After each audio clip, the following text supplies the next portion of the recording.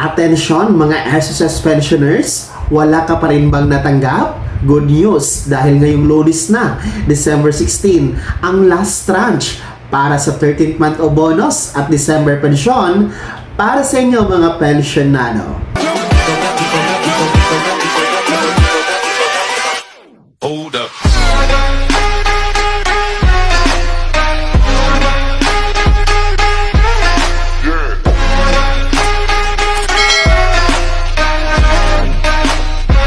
Hello mga ka-vlogs! Welcome dito sa aking YouTube channel. Magandang araw po sa lahat ng mga manonood. Saan po kayong dako sa mundo? Kumusta kayo mga ka-vlogs?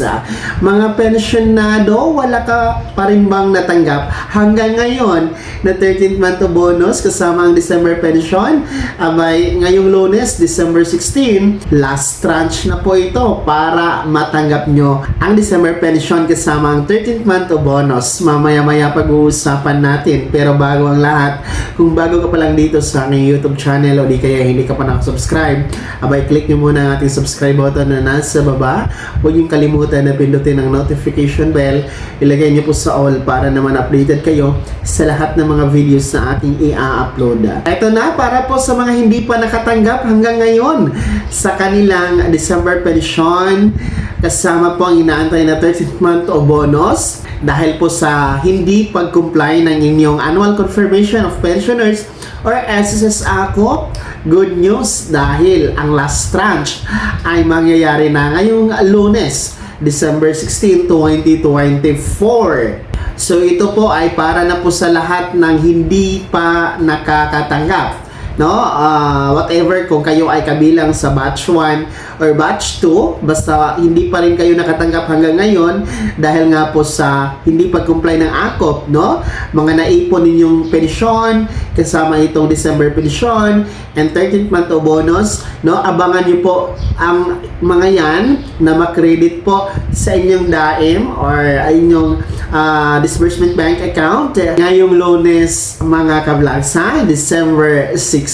So kahit pa paano, no, meron pa rin kayong makukuha and SSS will make sure na lahat kayo ay may matatanggap na 13th month o bonus nitong Kapaskuhan, magamit nyo sa Kapaskuhan and pagsalubong sa bagong taon. Matatandaan, no, na tapos na po ang mga sinasagawang crediting schedule para sa batch 1 and batch 2 noong mga nagdaang linggo pa, no, for our SSS pensioners na wala pong problema sa ACO, wala pong problema sa kanilang pensyon, mga regular na tumatanggap ng kanilang pensyon, tapos sila nakatanggap. For our first batch na may date of contingency mula 1st to 15th day of the month, noon pa November 29 ang kanilang crediting schedule. Advance sila dahil ang December 1 na tapat sa araw ng linggo. And kasabay na din po sa kanilang natanggap sa kanilang December pension ang kanilang 13th month o bonus. And ito namang ating mga second batch na merong date of contingency na mula 16 to last day of the month. Tapos na din po sila noon pang December 4, 2024. Sabay-sabay din po na credit sa kanila ang kanilang December pension kasama ang 13th month o bonus. Kaya naman sa mga hindi pa rin nakakatanggap, marami talaga, no, hindi pa nakatanggap, no? Alam ko, marami kayo sapagkat nakikita ko sa mga mensahe and yung mga nagko-komento sa ating mga videos, no? Huwag kayong mag-alala as long as nag-comply kayo ng ACOP, no? Ibibigay naman po ni SSS yung mga naipong pensyon ninyo. Halimbawa po na tigil kayo ng pensyon for 3 months, lahat naman po yun ibibigay ni SSS. Kaya nga po, no, ngayong December 16, ngayong Lunes, ay lahat ng naipong pensyon kasama yung December pension and 13th month bonus, ikikredit po yan sa inyo, ha, mga SSS pensionado. Kaya naman mga SSS pensioners, sino po ba sa inyo dito ang hindi pa rin nakatanggap hanggang ngayon sa inyong 13th month o bonus kasama ang December pension? Pangalawa, sino po ba sa inyo dito ang merong naipong pensyon, no, dahil naputol temporary ang pagtanggap ng pensyon dahil sa hindi pag-comply ng ACO? Pangatlo, sino po ba sa inyo dito ang nakapag-akop na nitong buwan ng Disyembre? Aba, siguraduhin yan ha.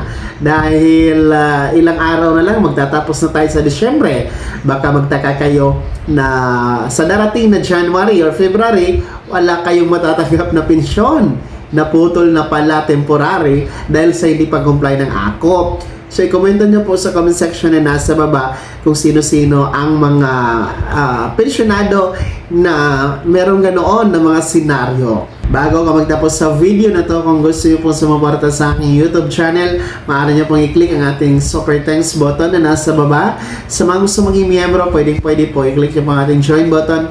Maraming perks dyan mga ka-vlogs. Be my member now. Sana'y naging gabay ang video na to kahit paano na pag-uusapan natin ang mga mahahalagang bagay-bagay na may kinalaman sa pagiging miyembro, beneficiary at pensyonado sa SSS. Kung hindi ka pa nakasubscribe dito sa aking YouTube channel, maaari nyo na i-click ang ating subscribe button na nasa baba. Huwag nyo kalimutan na pindutin ang notification bell, ilagay nyo po sa all para naman updated kayo sa lahat ng mga videos na aking i-upload. Maaari nyo ding i-like ang video na to. At kung meron ka pang mga katanungan, maaari nyo i-komento sa comment section na nasa baba. Paki-follow na din po ang aking official Facebook page na nasa screen nyo. Muli po, ako si Daniel Timpawan na nagsasabing dito sa aking YouTube channel, Pawang Katotohanan at lahat, totoo lamang.